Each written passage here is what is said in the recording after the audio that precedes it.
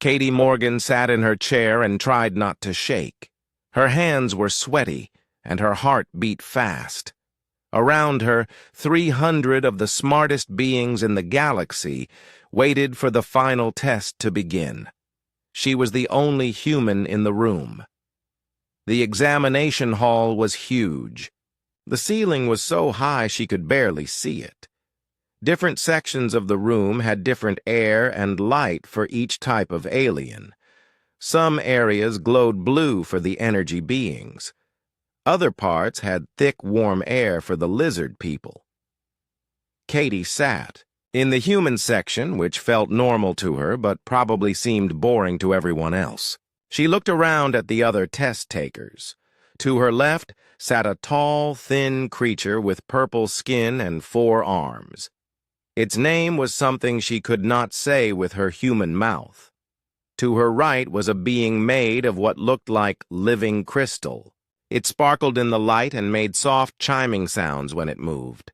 Katie felt very small and very young. She was 22 years old, fresh out of college on Earth. Most of the other beings were much older and had years of military training. Some came from species that had been traveling between stars for thousands of years. Humans had only learned about other life in space 5 years ago. She was here because of a strange talent. Human brains seemed to be very good at seeing patterns that other species missed. Earth's military leaders did not understand why, but test after test showed the same thing. Humans could spot things that even the smartest aliens could not see. The front of the room had a raised platform. On it stood Commander Vex, the test supervisor. Commander Vex was one of the crystal people called Zalari. Her body was made of clear blue crystal that caught and bent light in beautiful ways. When she spoke, her voice sounded like music. "Welcome, candidates," Commander Vex said. Her words came out in perfect galactic standard language, but Katie could hear the musical quality underneath. "You have all passed the first 7 tests. You have shown skill in math, science, strategy, and combat. But this final test is different." Katie wiped her sweaty palms on her pants. She had barely passed some of the earlier tests. The math section had been particularly hard because alien mathematics used concepts that human brains found difficult. She had only made it this far because of her pattern recognition scores. "The Galactic Defense Initiative protects over 2,000 worlds," Commander Vex continued. "We face threats that no single species can understand alone. Today's test will show us who can think beyond their own world's experience." The room grew quiet. Even the soft humming of the energy beings stopped. Katie noticed that some of the aliens were changing color or position. These were probably signs of nervousness in their species. Commander Vex raised one crystal hand. "You will see a scenario, a situation that could happen anywhere in our galaxy. Your job is simple. Identify the primary threat. You have 30 minutes. The lights dimmed. In the center of the room, a huge 3-dimensional image appeared. It showed a space station floating near a large planet with swirling clouds. The station was enormous, with docking bays, living areas, shops, and offices. Small ships moved back and forth like busy insects. Katie leaned forward to study the image. The space station looked peaceful. People of different species walked through corridors. Ships brought cargo and passengers. Security guards patrolled in regular patterns. Everything seemed normal. But this was a test. There had to be something wrong. Around her, the other candidates began to work. She could hear the soft clicking of the insect people as they talked to each other through sound signals. The lizard people hissed quietly as they discussed what they saw. The energy beings pulsed brighter as they thought harder. Katie tried to focus on the image. She looked for obvious threats first. Were there weapons? Suspicious people? Strange ships? She saw a cargo vessel that looked a little different from the others. Its design was older, and it gave off energy readings that seemed odd. Many of the other candidates seemed to notice the same ship. She heard excited whispers in various alien languages. The four-armed being next to her was pointing at the ship and making notes on its tablet. But something felt wrong to Katie. The test was supposed to be about thinking beyond their own experience. If everyone was noticing the obvious ship, maybe that was not the real answer. She looked more carefully at the people in the space station. Humans had lived on Earth for millions of years. During that time, they had learned to survive many dangers. One of the biggest dangers was disease. A sickness that spread from person to person could kill entire communities. Katie's ancestors had developed very good instincts about illness.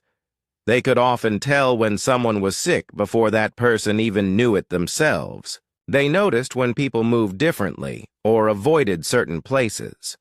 As she watched the people in the space station, Katie began to see a pattern. Families with children were taking longer routes through certain corridors. Workers were avoiding specific areas for no obvious reason. The movement of the crowd had a flow to it, like water moving around an obstacle. The obstacle was invisible, but people were responding to it anyway. Katie felt her heart rate slow down. This felt right.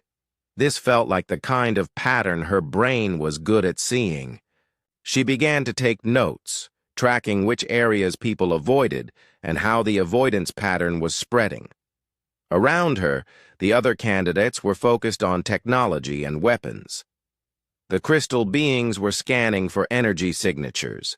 The machine people were analyzing the computer systems. The lizard people were looking for signs of military attack, but Katie kept watching the people. The pattern was getting stronger. More and more individuals were unconsciously avoiding certain sections of the station. It was subtle, but it was there. Time passed quickly. Katie became so focused on the crowd patterns that she forgot about her nervousness. This was like solving a puzzle, and puzzles had always been her favorite thing. 5 minutes remaining, Commander Vex announced. Katie looked up, surprised. Had it really been 25 minutes already? Around her, the other candidates were finishing their analysis. Many looked confident. The crystal being next to her was practically glowing with satisfaction. Katie looked back at her notes. She had identified 17 different areas where people showed avoidance behavior. The pattern was spreading from one central location outward like ripples in a pond. "Time!" Commander Vex called. The image disappeared. The room lights came back up. Katie blinked and put down her pen. Her notes looked very different from what she could see on other tablets around her. Everyone else had diagrams of ships and weapons. She had crowd movement charts. Now came the hard part. They had to explain their answers. Katie sat back in her chair and tried to calm down. In a few minutes, she would find out if her strange human brain had seen something important, or if she had completely missed the point. Commander Vex looked across the examination hall. Her crystal form reflected the lights in patterns that showed she was pleased with the test results so far. "We will now hear your analysis," she announced. "Each species group will present their findings." Katie felt her stomach twist into knots. She would have to speak in front of all these brilliant aliens. Her mouth felt dry, and she wished she could disappear. The Draxians went first. These were the lizard people with dark green scales and yellow eyes. Their representative stood up smoothly. He was tall and moved with the deadly grace of a predator. When he spoke, his voice was deep and confident. "We have identified the primary threat," the Draxian said. The cargo vessel in Docking Bay 7 carries explosive materials. Our analysis shows energy signatures consistent with 17 separate bomb devices. The ship's registration is false, and its crew has no legitimate business on the station. Many heads nodded around the room. It sounded logical. Katie looked at her own notes about crowd patterns and felt foolish. Maybe she had been completely wrong. Next came the Hivari, the insect people. They always moved and spoke as a group. 3 of them stood up together, their 6 legs clicking on the floor. Their voices blended together in harmony as they spoke. "We have detected coordinated communication patterns," they said in unison. 47 individuals on the station are using encrypted signals to plan a synchronized attack. They will strike at multiple locations simultaneously to cause maximum chaos and destruction. This also sounded smart and well-researched. Katie started to feel sick. Her pattern about people avoiding certain areas seemed silly compared to these detailed technical analyses the Lumians presented next. These were beings made of pure energy who could take physical form when needed.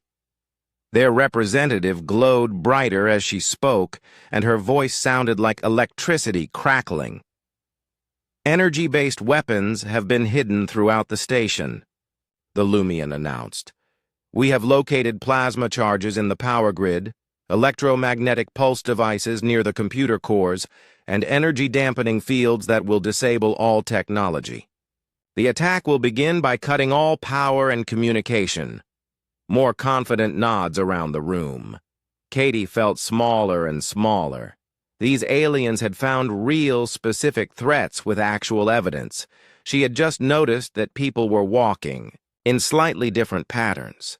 Several other species presented their findings. The mechanical synthetics had found computer viruses. The plant-like Verdani had detected chemical weapons in the air recycling system. The aquatic pelagics had identified structural weaknesses that could cause the station to break apart. Each presentation was detailed and professional. Each group had found something dangerous and real. Katie began to think that maybe humans did not belong in this galaxy after all. Maybe their pattern recognition was not as special as Earth's leaders had thought. Finally, Commander Vex's musical voice called out, "Human candidate Katie Morgan, please present your analysis." Katie stood up on shaking legs. Every eye, sensor, and detection organ in the room focused on her. She had never felt so alone in her life. Her voice came out as barely more than a whisper. I looked at the people," she began. Someone in the room made a sound that might have been laughter.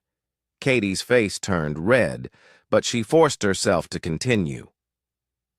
"The people on the station are avoiding certain areas," she said, her voice getting a little stronger. "Not obviously. They probably do not even know they are doing it. But families with children are taking longer routes through some corridors. Workers are finding excuses to stay away from specific sections. The pattern is spreading outward from one central location." The room was completely silent now. Katie could not tell if they were interested or just shocked by how wrong she was. "On Earth," Katie continued, "humans lived in groups for millions of years. We had to survive many dangers, including diseases that could spread from person to person. We learned to recognize when someone was sick, even before they showed obvious symptoms. We learned to sense when an area was dangerous, even when we could not see why."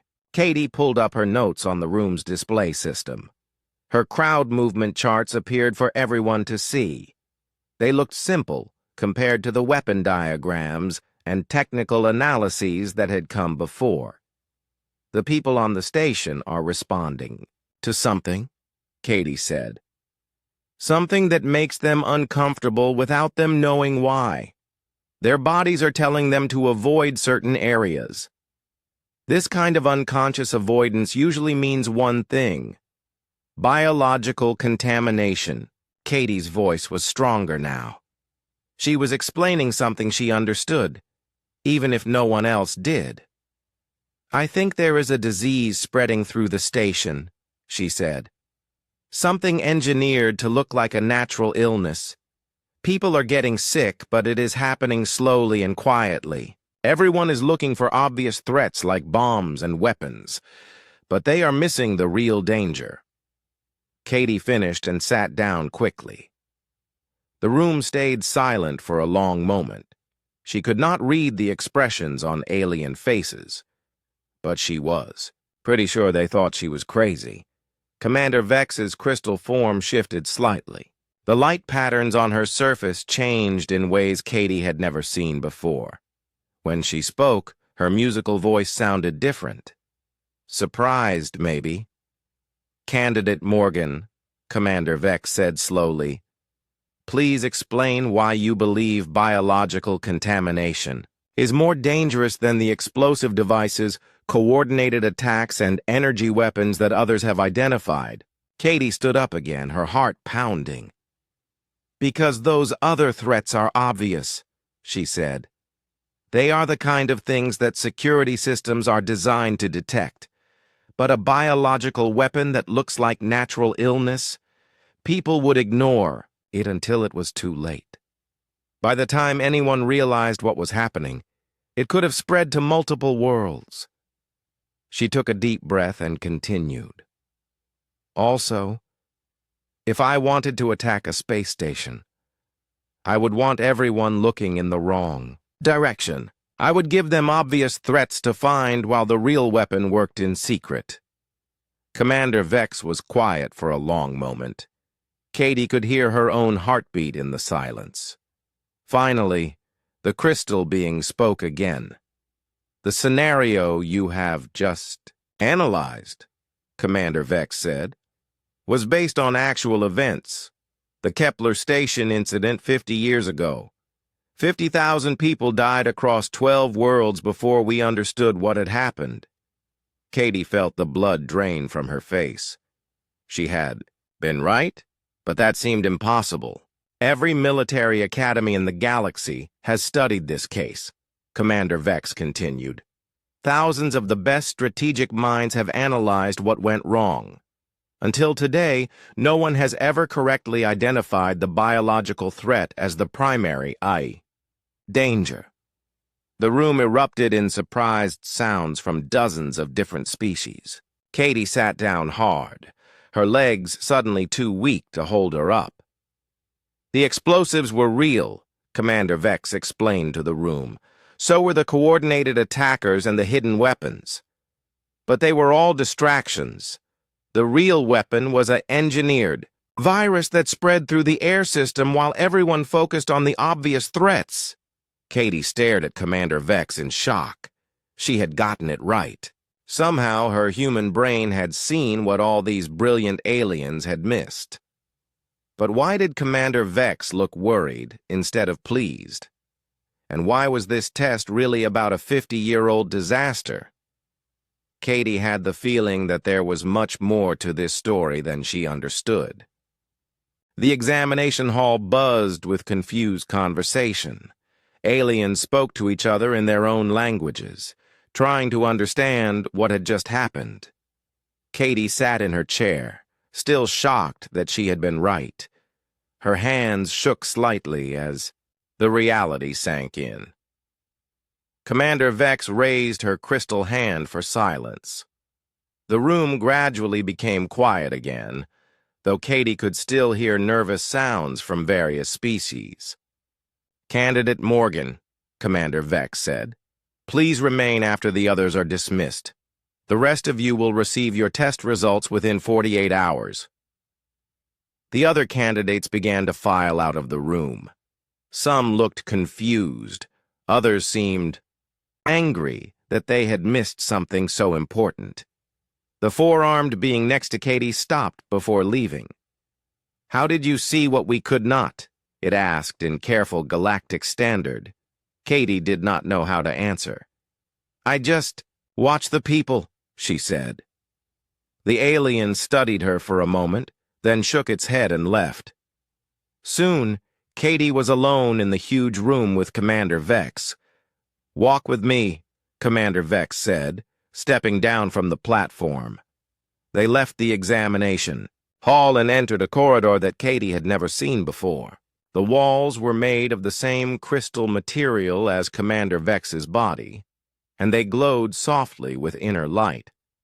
Their footsteps echoed in the empty space. "You are wondering why we gave you a test based on a real disaster," Commander Vex said. Katie nodded. "And why no one else ever figured it out?" "The answer to both questions is the same," Commander Vex replied. "Each species in our galaxy thinks in patterns based on their own evolution and experience. The Draxians evolved as hunters, so they look for physical threats they can fight. The Hivari are social insects, so they watch for coordinated group behavior. The Lumians are energy beings, so they focus on power and technology. They walked past windows that showed the Academy's training grounds.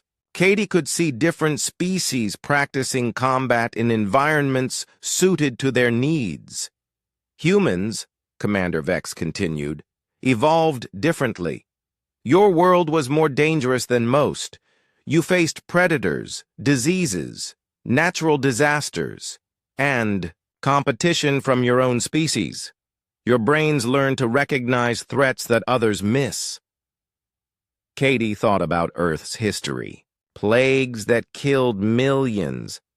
Predators that hunted humans at night. Weather that could destroy entire communities. Her ancestors had survived it all. "But why does that matter now?" Katie asked. "We have technology to detect diseases. We have medical scanners and computer systems." Commander Vex stopped walking and turned to face her. The light patterns in her crystal body shifted to deeper blues and purples. "Because someone has been using our blind spots against us," she said. Katie felt a chill run down her spine. "What do you mean?" "Over the past 10 years, we have had 12 major disasters across the galaxy," Commander Vex explained. "Each one looked different. Some appeared to be terrorist attacks. Others seemed like technical failures or natural catastrophes. But all of them happened after someone failed to recognize a threat that was hiding in plain sight." They resumed walking. Katie's mind raced as she tried to understand what Commander Vex was telling her. 3 years ago, the mining colony on Rigel 4 was destroyed, Commander Vex said. The investigation concluded that it was an industrial accident. Equipment failure caused a chain reaction that killed everyone on the planet. "But that was not really what happened?" Katie asked. "The equipment did fail," Commander Vex replied. "But it failed because someone introduced a computer virus months earlier. The virus was designed to look like normal system updates. The Rigel colonists were synthetics, mechanical beings who think in pure logic. They could not recognize deception that appeared rational and beneficial." Katie began to understand. Someone knew how they thought and used it against them. Exactly. 2 years ago, the Verdani agricultural world of New Garden was attacked by what appeared to be a natural plant disease. The Verdani are plant-like beings who live in harmony with growing things. They could not imagine that someone would create an artificial blight that looked completely natural. They had reached the end of the corridor. Commander Vex opened a door that led to a small office. The room was simple, with a desk, 2 chairs, and walls covered with star charts. "Sit," Commander Vex said, taking the chair behind the desk. Katie sat down across from her. "You think all these disasters were connected?" "We know they were," Commander Vex replied. "Each attack was specifically designed to exploit the psychological and cultural blind spots of the target species. The attackers studied how different aliens think and created threats that would be invisible to them. But who would do that? Katie asked. And why? Commander Vex was quiet for a moment. When she spoke again, her voice was sadder.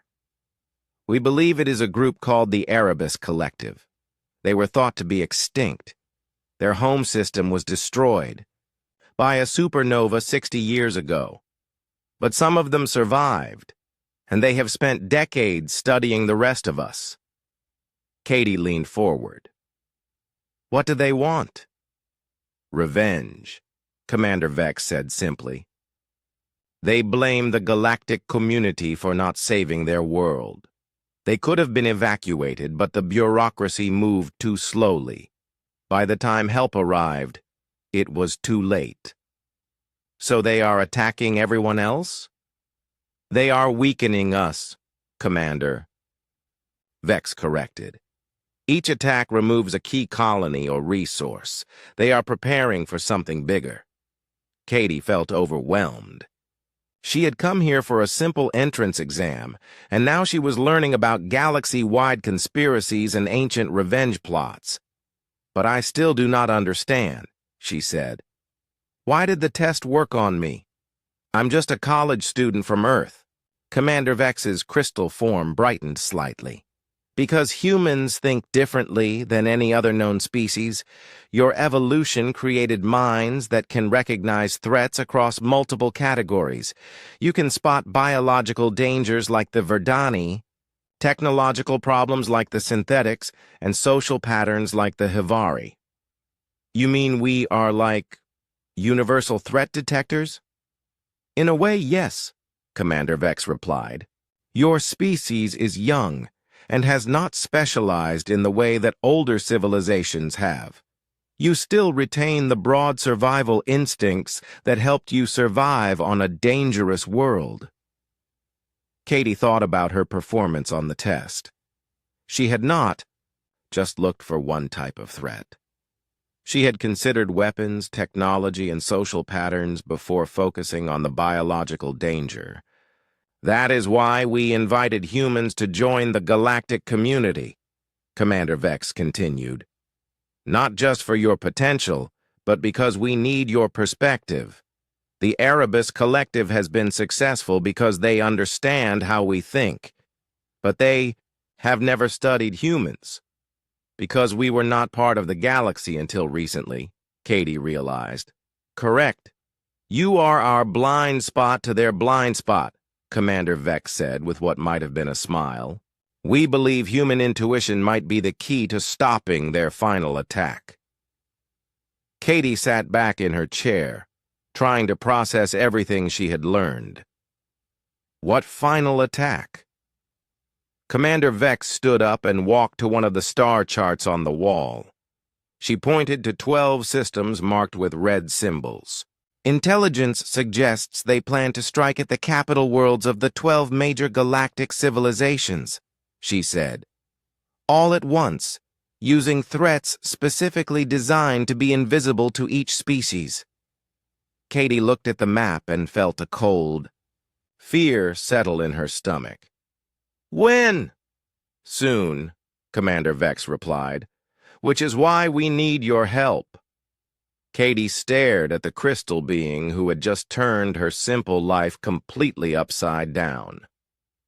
You want me to help stop an attack on 12 worlds? I want you to help save the galaxy, Commander Vex said. The question is, are you willing? Katie stared at the star map on the wall. 12 red marks showed the capital worlds that were supposed to be attacked. Each one represented billions of lives. The weight of what Commander Vex was asking hit her like a physical blow. I am just one person, Katie said quietly.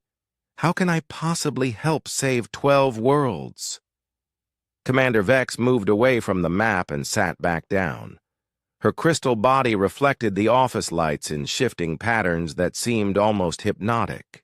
You will not be working alone, she said. We are forming a special team for the Galactic Defense Initiative.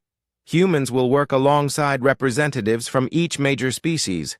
Your job will be to see threats that others cannot. Katie felt her heart racing again. But I do not have any training. I just graduated from college a few months ago. I studied psychology and pattern analysis, not military strategy. That is exactly why you are perfect for this job, Commander Vex replied. Military training teaches people to think in specific ways. It creates patterns of thought that can be predicted and exploited. The Erebus Collective has spent decades studying our military leaders. They know how we will respond to different threats. Katie thought about the test she had just taken. All the other candidates had looked for military threats, because that was how they had been trained to think. Their education and experience had created blind spots. You want me because I think like a civilian, she realized. I want you because you think like a human, Commander Vex corrected. Your species has survival instincts that military training does not cover. You can spot dangers that trained soldiers miss. There was a soft chime, and the office door opened. 2 people walked in, both human. Katie felt a surge of relief at seeing familiar faces. The first person was a man in his 30s wearing a military uniform she did not recognize. He was tall and had the confident bearing of someone used to command. The second was a woman about the same age with short dark hair and intelligent eyes. She wore civilian clothes but carried herself like a scientist. Katie Morgan, Commander Vex said. Meet Lieutenant Commander Jake Phillips and Dr. Lisa Torres. Jake stepped forward and offered his hand. Good to meet you, Katie. I heard about your performance on the test. Very impressive. Katie shook his hand, noticing that his grip was firm but not intimidating. Thank you, sir. Just Jake is fine, he said with a smile. We are going to be working as equals on this mission. Dr. Torres moved forward next. I am Lisa, she said, also offering her hand. I specialize in xenobiology and interspecies disease patterns. I think your insights are going to be very valuable. Katie felt a little better knowing she would not be the only human on the team. How long have you two been working for the Galactic Defense Initiative? About 3 years for me, Jake replied.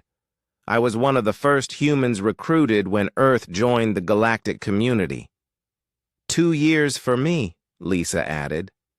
I was brought in after the New Garden incident to study the artificial plant disease. I have been tracking the pattern of attacks ever since. Commander Vex gestured for everyone to sit down. Dr. Torres has been analyzing the 12 previous attacks. She has found connections that our regular investigators missed. Lisa pulled out a tablet and activated a holographic display. Images of different worlds appeared in the air above the desk. Each attack targeted a specific weakness in how that species thinks, Lisa explained. The Draxians were hit with a social manipulation campaign that made them turn against each other. Their warrior culture could not recognize psychological warfare. The display changed to show another world. The Hivari were attacked with a virus that disrupted their hive mind communication. They literally could not think clearly enough to identify the threat. Katie watched the images change as Lisa described each attack. The pattern was becoming clear. The Erebus Collective does not just study technology, Lisa continued. They study psychology, culture, and evolution. They know exactly how each species will respond to danger, and they create threats that exploit those responses. It is like they have a manual for how to attack each type of alien, Katie said. That is exactly what they have, Jake replied grimly. Our intelligence sources suggest they have spent 60 years building detailed profiles of every major species in the galaxy. Commander Vex leaned forward. Except for humans, Earth was not part of the galactic community when they began their research. You are the one major species they do not understand. Katie began to see why she was so important to their plan. So when they attack the capital worlds, they will not know how to make the threats invisible to human observers. Precisely, Commander Vex said. But we need to understand their methods better before we can stop them.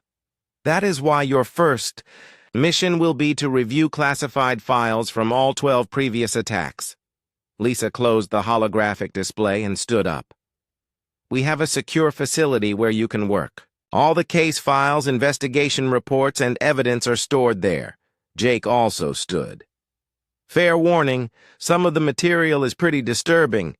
These attacks killed a lot of people. Katie felt a chill at his words. This was not a school, project, or a practice exercise. Real beings had died because no one could see the threats coming. When do we start? She asked. Right now, Commander Vex replied. Time is not on our side. Our intelligence suggests the final attack will begin within days. Katie stood up on unsteady legs. A few hours ago, her biggest worry had been passing the entrance exam. Now she was supposedly one of the key people responsible for preventing a galaxy-wide catastrophe. Commander Vex, she said, what if I am wrong? What if I look at these files and do not see anything that others missed? What if human intuition is not as special as you think? Commander Vex's crystal form shifted to warmer colors. Then we will find another way. But Katie, I have been studying interspecies psychology for over a century. I have never seen pattern recognition like what you displayed today. Trust yourself. They left the office and walked through corridors Katie had never seen before.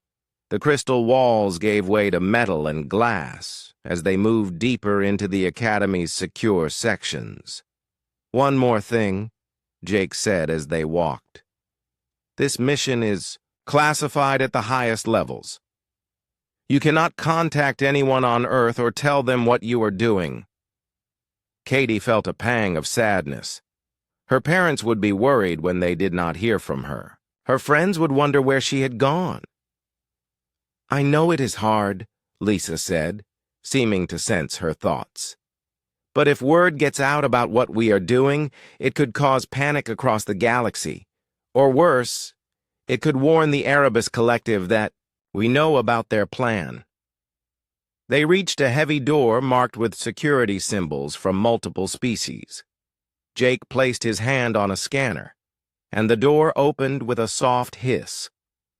Beyond the door was a large room filled with computer terminals, holographic, displays, and filing systems. The walls were covered with star charts, timeline diagrams, and pictures of destroyed colonies. Welcome to Crisis Analysis Center, Lisa said. This is where we try to make sense of threats that do not make sense to anyone else. Katie looked around the room and felt overwhelmed by the amount of information. Somewhere in all these files and reports was the key to stopping the Erebus Collective. She just had to find it. Where do I start? She asked. Commander Vex moved to a central terminal and activated a display. With the beginning, she said. The first attack 8 years ago, a mining station that was destroyed by what appeared to be equipment failure. Katie sat down at the terminal and began to read. She had no idea what she was looking for, but she trusted that her human brain would recognize it when she saw it. The fate of the galaxy might depend on her ability to see what everyone else had missed. Katie spent the next 6 hours reading through files that made her stomach turn. Each attack had been carefully planned to cause maximum damage while appearing completely natural. The Erebus Collective was not just evil, they were brilliant. The first attack had targeted a synthetic mining station in the Proxima system. The synthetics were mechanical beings who thought in pure logic. They trusted their computer systems completely because machines did not lie or make emotional decisions.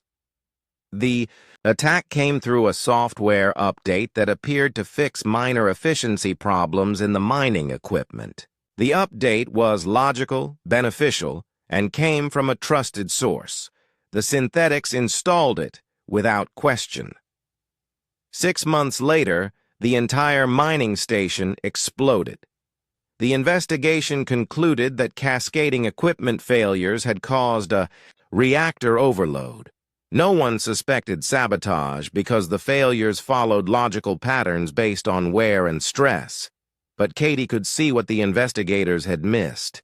The software update had not just fixed efficiency problems, it had slowly changed how the mining equipment worked. Each change was tiny and looked like normal optimization, but over time, the changes created stress points that would eventually cause exactly the right failures to destroy the station. It was like a time bomb made of logic, Katie said to Lisa, who was working at a nearby terminal. Lisa looked up from her own research. That is a good way to put it. The Erebus Collective did not attack the synthetics with explosives or weapons. They attacked them with mathematics. Katie moved on to the second attack. This one had targeted a Verdani agricultural world called New Garden. The Verdani were plant-like beings who lived in perfect harmony with growing things. They could communicate with plants and understand the natural cycles of growth and decay. The attack appeared to be a natural plant disease that spread slowly through their crops. The Verdani tried to cure it using their normal methods: adjusting soil conditions, changing water schedules, and introducing beneficial insects. But nothing worked. The disease continued to spread until it killed every plant on the planet. The Verdani died with their crops, unable to understand why nature had turned against them. Katie read through the biological analysis reports. The disease was not natural, but it had been engineered to look completely natural. Every genetic marker, every protein structure, every spreading pattern matched known plant diseases. Only detailed analysis revealed tiny artificial modifications that made it impossible to cure. They knew the Verdani would never suspect that nature itself could be weaponized, Katie realized. And they knew the Verdani would try natural solutions that would not work against an artificial disease, Lisa replied. By the time anyone realized it was engineered, it was too late. The pattern continued through all 12 attacks. Each one exploited specific psychological and cultural blind spots. The aquatic pelagics were attacked with what appeared to be natural ocean currents that carried poison. The energy-based Lumians faced electromagnetic storms that seemed like solar activity. The insect Hivari dealt with a virus that looked like a natural mutation but specifically disrupted their hive mind abilities. Every attack was perfectly tailored to be invisible to its victims until it was too late. Katie rubbed her tired eyes and looked at the timeline display on the wall. The attacks had been getting more frequent and more sophisticated. The Erebus Collective was building up to something big. "Jake!" she called to the military officer, who was analyzing tactical reports at another station. "Have you found any pattern in the timing of these attacks?" Jake pulled up a calendar display. "Actually, yes. They have been accelerating. The first few attacks were years apart, but the recent ones have been only months apart, and there was a 6-month gap between the last attack and now." 6 months is a long time for them to be quiet, Lisa observed. "It suggests they have been preparing for something major." Katie stared at the timeline and felt a chill of understanding. They were not just attacking random targets. They were testing their methods. "What do you mean?" Jake asked. Katie stood up and walked to the wall display. "Look at the order of the attacks. First, they hit the synthetics, who think in pure logic. Then the Verdani, who trust nature completely, than species that rely on technology, or hive minds or energy manipulation. She pointed to different attacks as she spoke. They were not just trying to cause damage. They were learning how to attack every major type of alien psychology. Each attack taught them how to exploit a different kind of thinking. Lisa joined her at the display. You are right. They have now tested methods against logical thinking, intuitive thinking, technological thinking, social thinking, and energy-based thinking. They have a proven technique for attacking every major species, except humans, Jake added grimly. Katie felt the weight of responsibility settle on her shoulders again.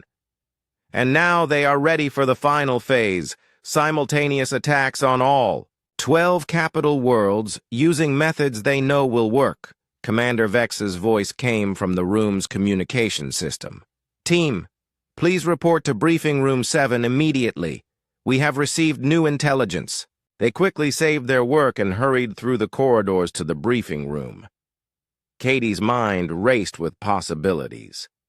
Had the Erebus Collective been detected? Were they about to attack?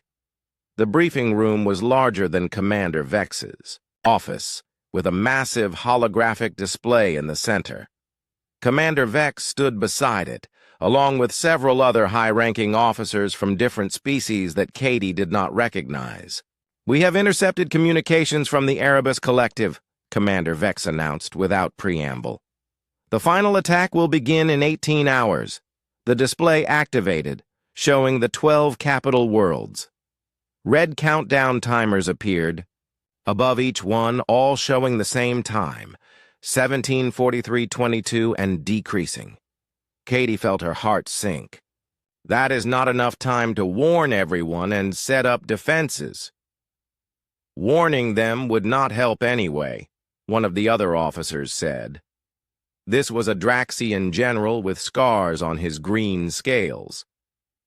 Each attack is designed to be invisible to the target species. Even if we told them exactly what to look for, they would not be able to see it. Jake leaned forward. What about evacuating the capital worlds? Impossible, Commander Vex replied. Each capital has billions of inhabitants. We could not evacuate even one world in 18 hours, let alone 12. Lisa studied the display. Do we know what form the attacks will take? We have partial intelligence, the Draxian general replied. Each attack will be different, tailored to exploit the specific weaknesses of each species, but we do not have enough details to counter them. Katie looked around the room at the worried faces of some of the smartest beings in the galaxy. They were all experts in their fields, but they were facing an enemy that understood their expertise better than they did. There has to be something we can do, she said. Commander Vex turned to her. There is. We are going to do exactly what the Erebus Collective does not expect. Instead of trying to defend each world using that species' own methods, we are going to use human observers. The display changed to show deployment plans. Katie saw her own name attached to one of the capital worlds. Humans will be stationed at each capital, Commander Vex continued. Your job will be to watch for threats that the local species cannot see. When you identify a threat, you will have direct communication with rapid response teams. Katie felt overwhelmed.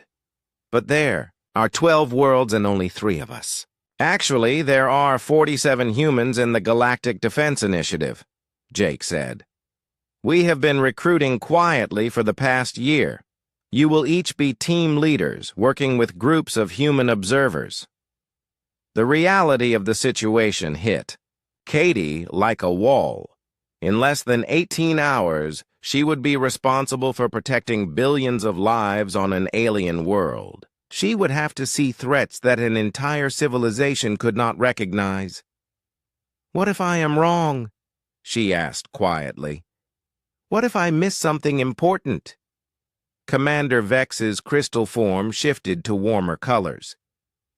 Then you will be wrong while trying to save lives. That is more than anyone else has been able to do. Katie looked at the countdown timer and watched the seconds tick away. 17 hours and 42 minutes until the most important test of her life began.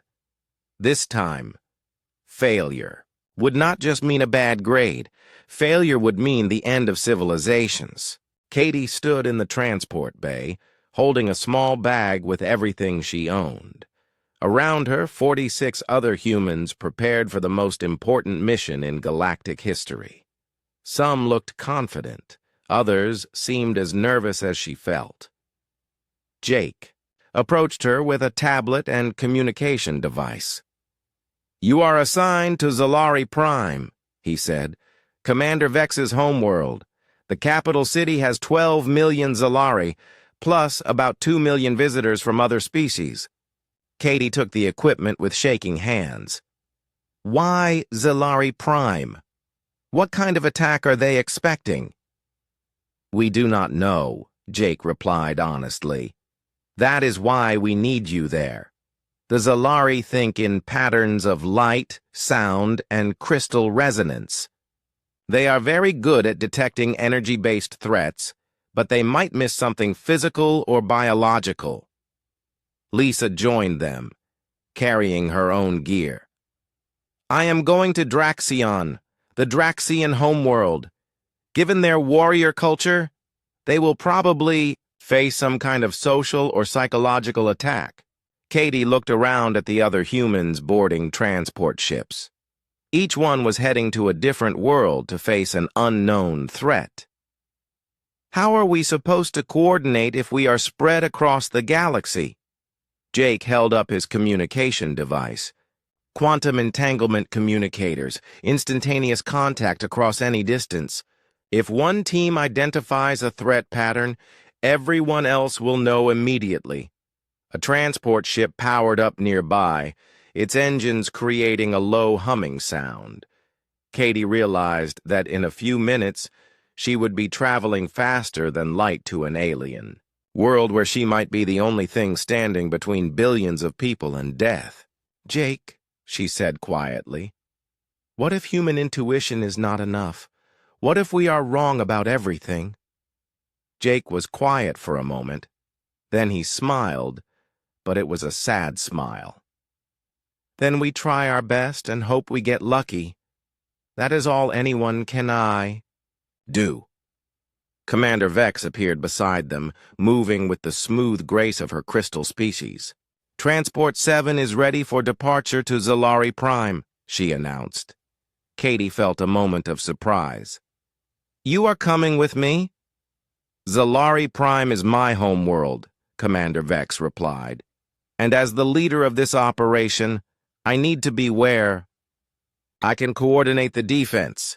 They boarded the transport ship, which was smaller than Katie had expected.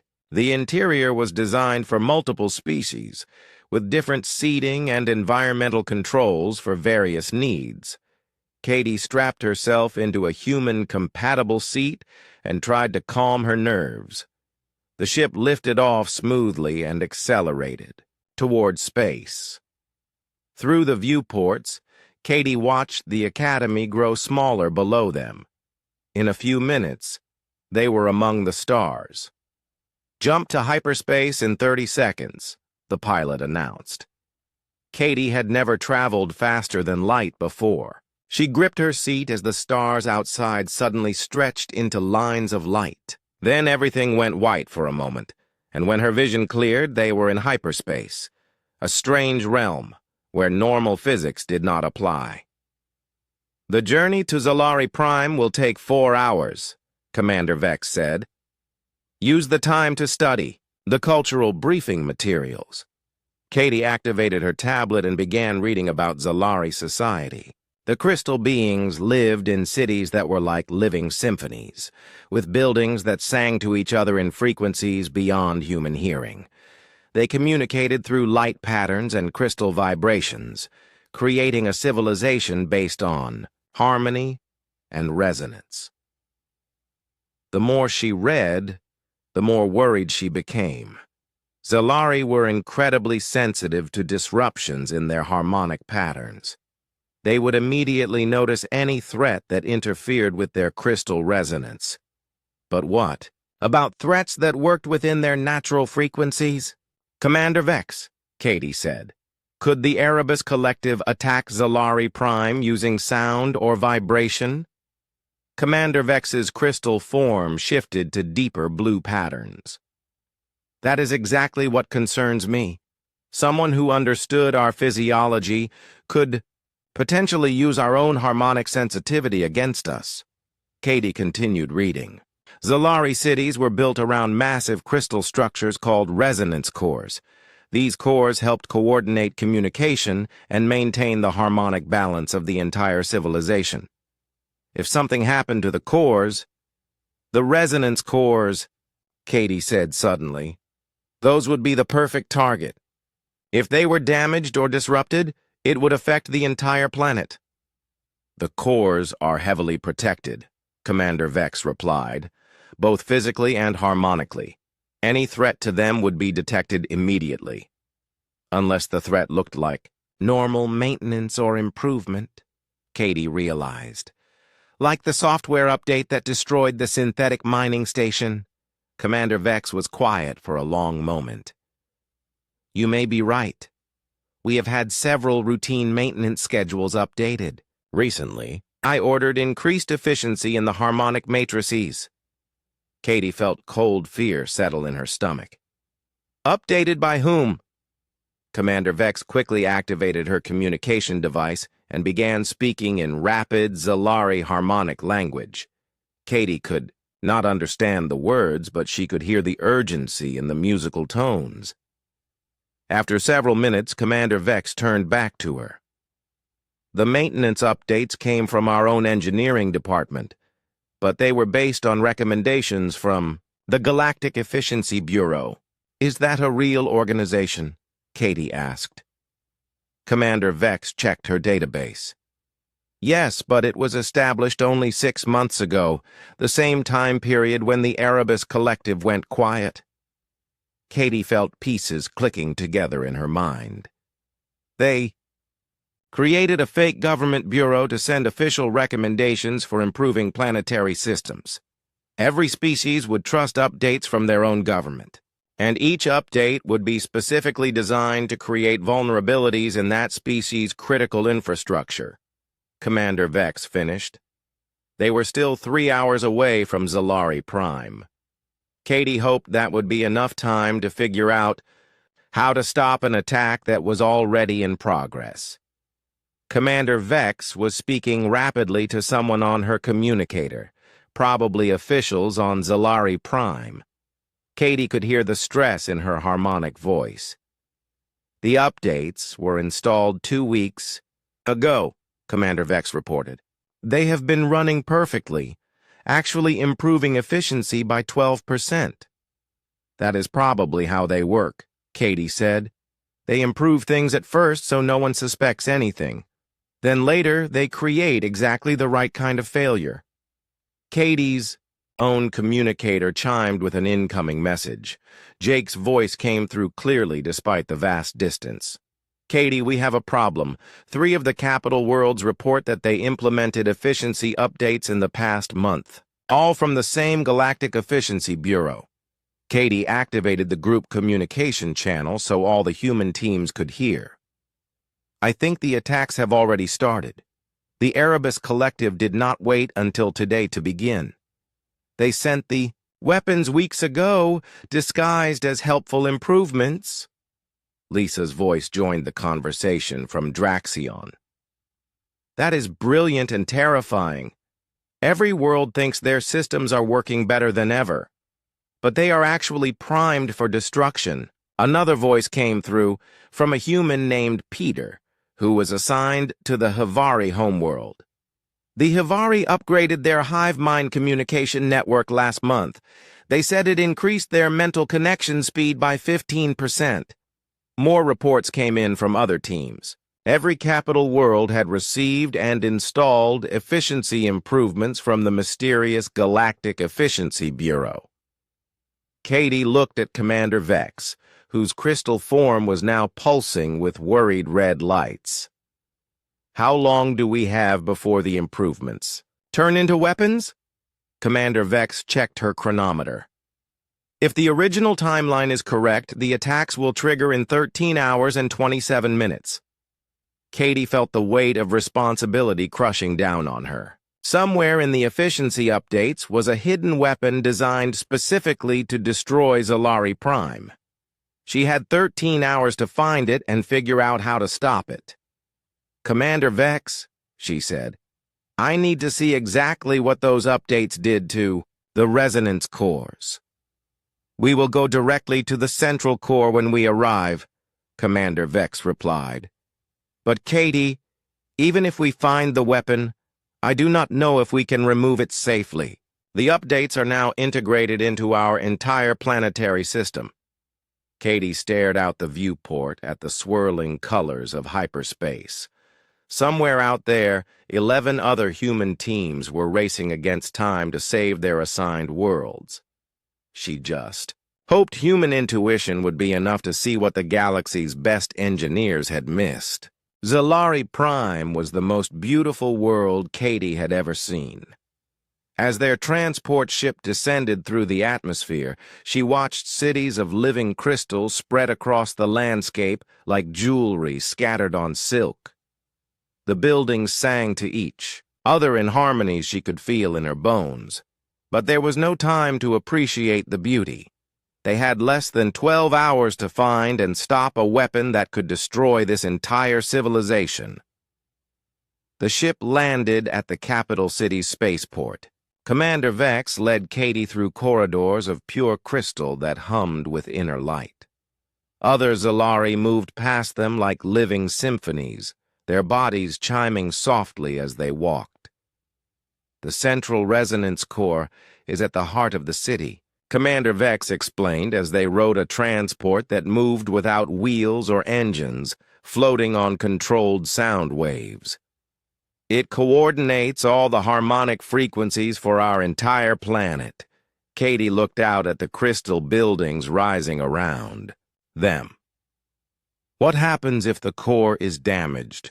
"Harmonic cascade failure," Commander Vex replied grimly. "Every crystal structure on the planet would shatter simultaneously.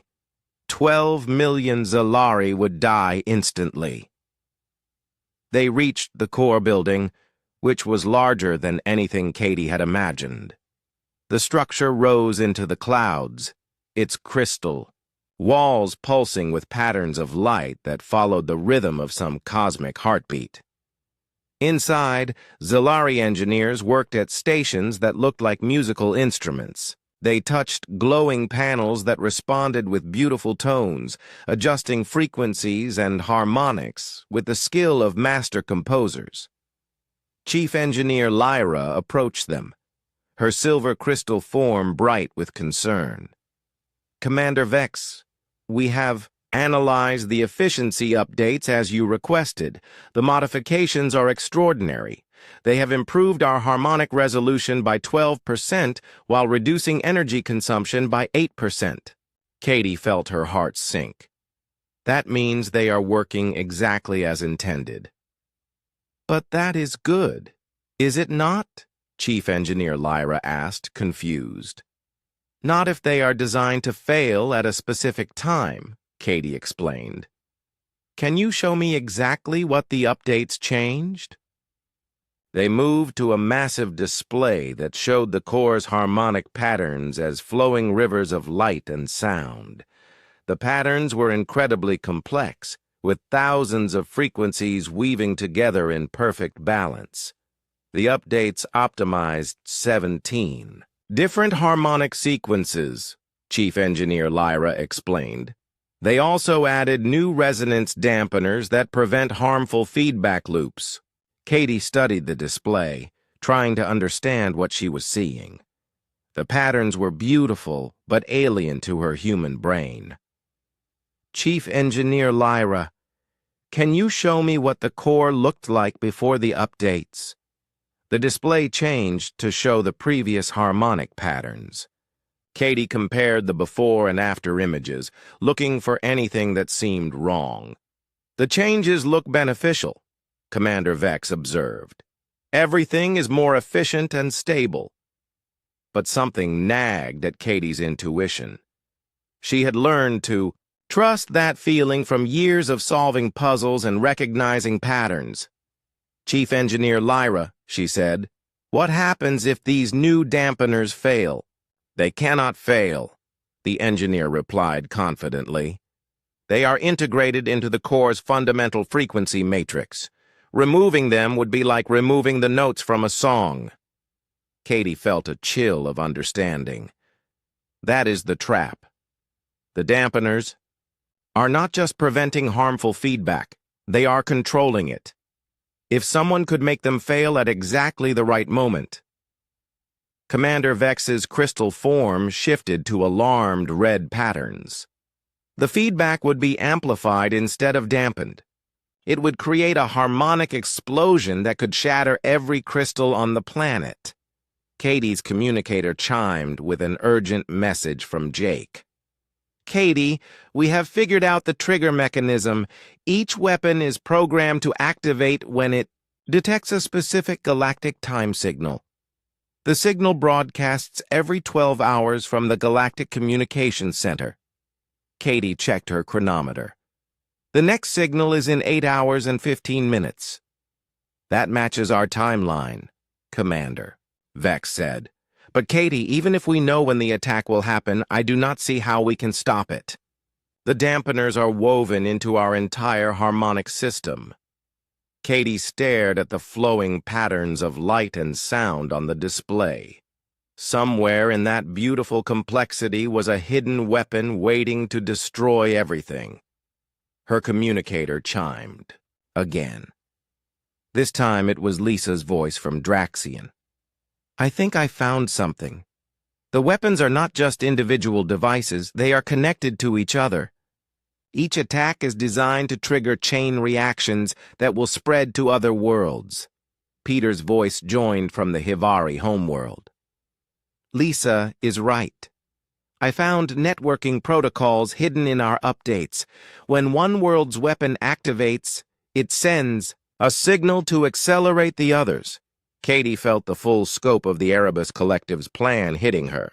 They are not just attacking 12 worlds. They are creating a cascade that will spread across the entire galaxy. More voices joined the communication channel as human teams across the galaxy reported similar findings. Every weapon was connected to every other weapon. When the attacks began, they would spread like a virus through the galactic communication network. We need to stop all of them simultaneously, Katie realized. If even one weapon activates, it could trigger the entire cascade. Commander Vex was already speaking rapidly to officials on other worlds, coordinating with the other human teams. But Katie could see the despair in her crystal patterns. They had 8 hours to solve 12 different puzzles simultaneously. Wait, Katie said suddenly. What if we do not try to remove the weapons? Everyone turned to look at her. Chief Engineer. Lyra's crystal chime sounded confused. What do you mean? Katie walked closer to the harmonic display, studying the flowing patterns. The weapons are designed to create specific failures in each world's systems, but what if we change the systems so the failures do not work? Explain, Commander Vex said. Katie pointed at the harmonic dampeners on the display. These are supposed to fail and create harmful feedback. But what if we add our own dampeners that work differently? Not to replace the Erebus ones, but to work alongside them. Chief Engineer Lyra's crystal form brightened with understanding. A harmonic counterpoint. If we cannot remove their trap, we create our own harmony that neutralizes it. Exactly, Katie said. And if we can coordinate this across all 12 worlds, using the same network the Erebus Collective planned to use for their cascade, Commander Vex was already activating her communicator. All teams, we have a potential solution. Instead of removing the weapons, we are going to harmonically neutralize them. Over the communication channel, Katie could hear the excitement in the human voices. Each team began working with their local engineers to design harmonic countermeasures specific to their world's weapon, but they only had 8 hours to design, test, and implement 12 different solutions across 12 different worlds using 12 different technologies. Katie looked at the countdown timer and watched the minutes tick away. Chief Engineer Lyra, how long will it take to design and install new harmonic dampeners? For a normal project, several months, the engineer replied. For an emergency modification working with incomplete information, perhaps 6 hours if... We are very lucky. Katie felt her stomach clench. 6 hours to design the solution, leaving only 2 hours to coordinate with 11 other worlds and implement everything simultaneously. Then we better get started, she said, rolling up her sleeves. Because lucky is about the only thing we have left. As alarms began sounding across Zalari Prime, Katie found herself standing at the heart of a crystal city, trying to save a civilization she barely understood using intuition she was not sure she trusted. The countdown showed 7 hours and 43 minutes remaining. Time was running out for the entire galaxy. The Central Resonance Core had become a symphony of controlled chaos. Zalari engineers worked at their harmonic stations while Katie moved between them, trying to understand patterns that were completely alien to human experience. The countermeasure. Frequencies are ready, Chief Engineer Lyra announced. But we need to test them before installation. Katie checked her chronometer. They had been working for 5 hours, and only 2 hours remained until the galactic time signal would trigger. All 12 weapons simultaneously. No time for full testing, Katie said. We have to trust the mathematics and hope we are right.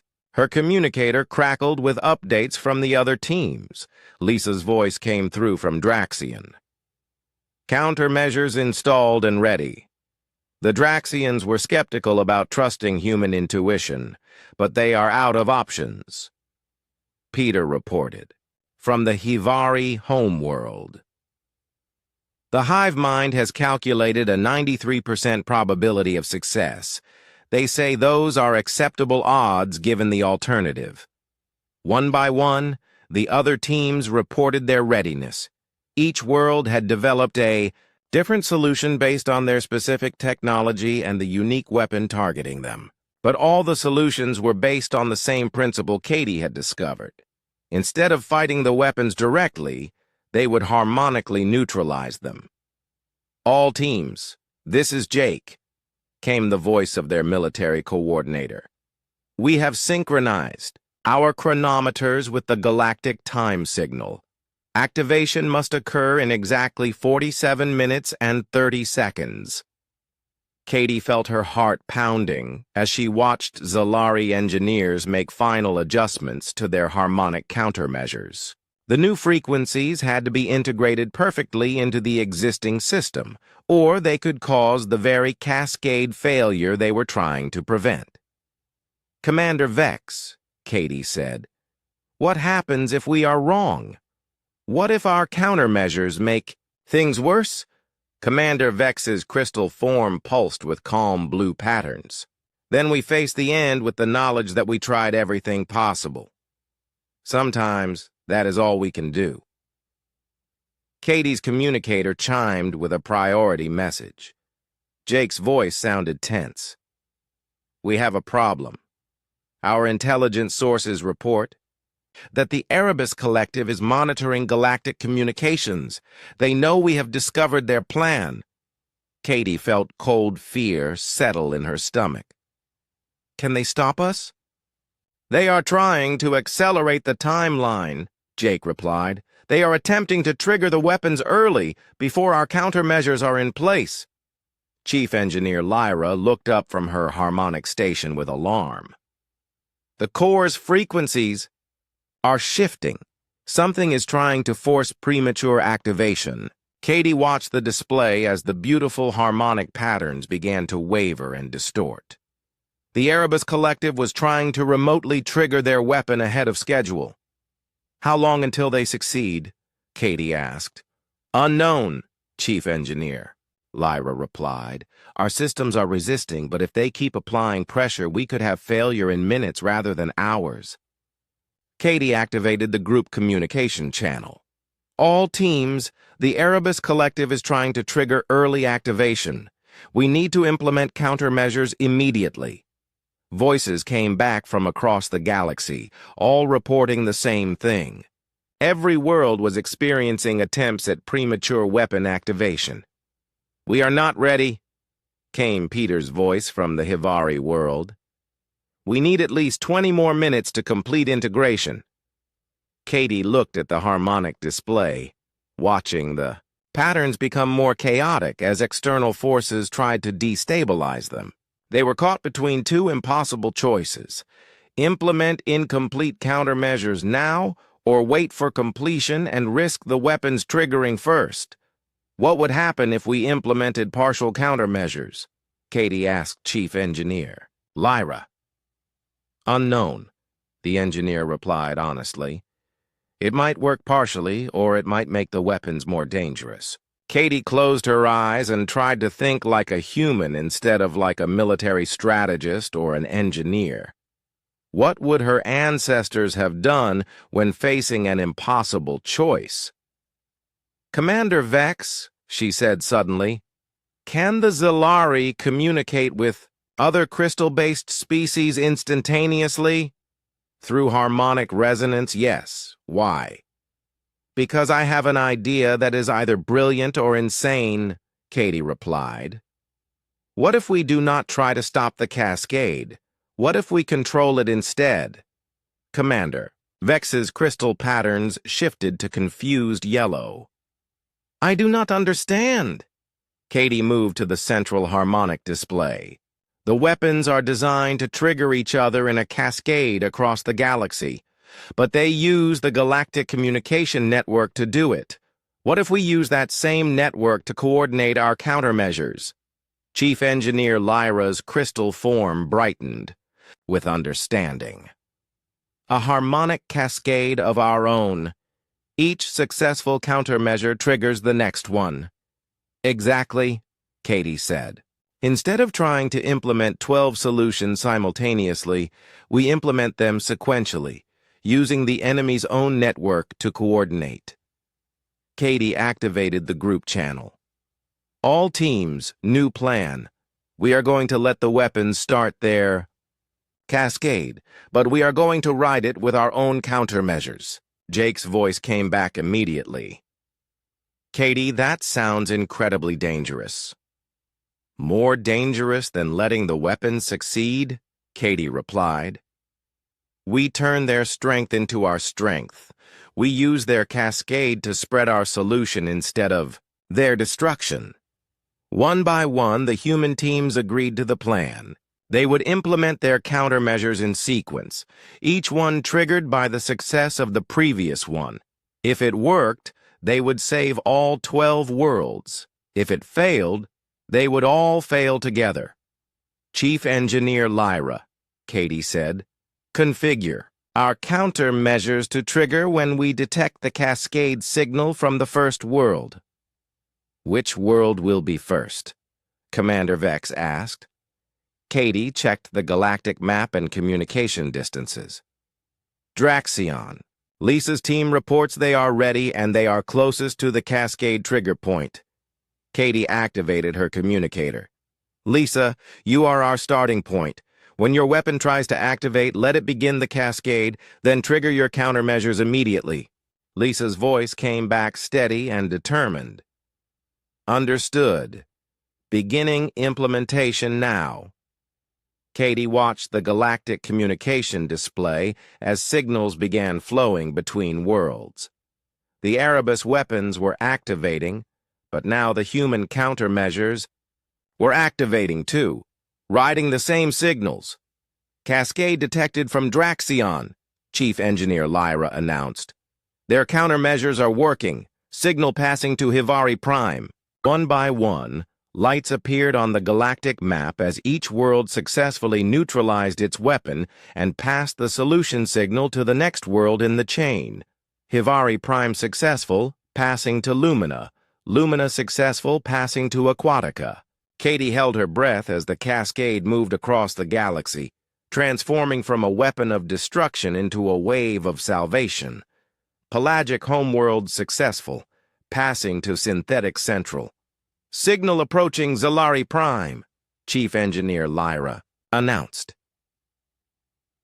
Katie watched the harmonic display as their weapon tried to activate, sending destructive frequencies through the crystal core. But their countermeasures activated simultaneously, creating new harmonies that neutralized the attack.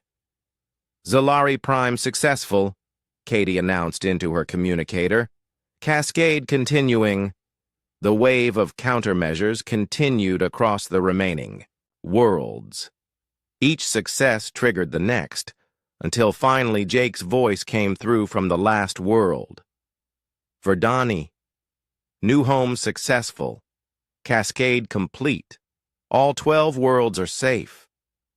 Katie sank into a chair, her legs suddenly too weak to hold her. Up. Around her, HFY engineers chimed with joy as their harmonic systems stabilized. "We did it," she whispered, hardly believing it was true. Commander Vex approached her, crystal form glowing with warm golden light. "You did it, Katie. Your human intuition saved us all." Katie shook her head. "We all did it. Humans, HFY, Draxians, everyone working together." Her communicator chimed with a message from Galactic headquarters. The Erebus Collective's hidden fleet had been located and was surrendering. Without their cascade weapon, they had no other way to achieve their revenge. But Katie was not thinking about the enemy anymore. She was thinking about what they had all learned. "Commander Vex," she said, "we should create permanent teams like this. Not just for emergencies, but for everything. Humans working with each species, seeing threats and opportunities that others might miss." Commander Vex's crystal patterns shifted to thoughtful blue. A new kind of galactic defense, not based on weapons or military force, but on diversity of thought and cooperation between species. Katie nodded. Every species has blind spots, but working together we can see everything. 6 months later, Katie stood in a new facility on the neutral world of Unity Station. Around her, mixed teams of humans and aliens worked together on threat assessment, scientific research, and diplomatic challenges. She was no longer just a college student who had passed a test. She was Director of Integrated Threat Assessment for the Galactic Defense Initiative. Her job was to make sure that no enemy could ever again exploit the blind spots of galactic civilization. But more importantly, she was part of something bigger, a new way of thinking that recognized that diversity was not just valuable, but essential for survival. The galaxy was safer not because any one species was superior, but because all species were stronger together. Katie looked out at the stars, through the station's viewing window, and smiled. Somewhere out there, human observers were working alongside alien colleagues, each learning to see the universe through different eyes. It was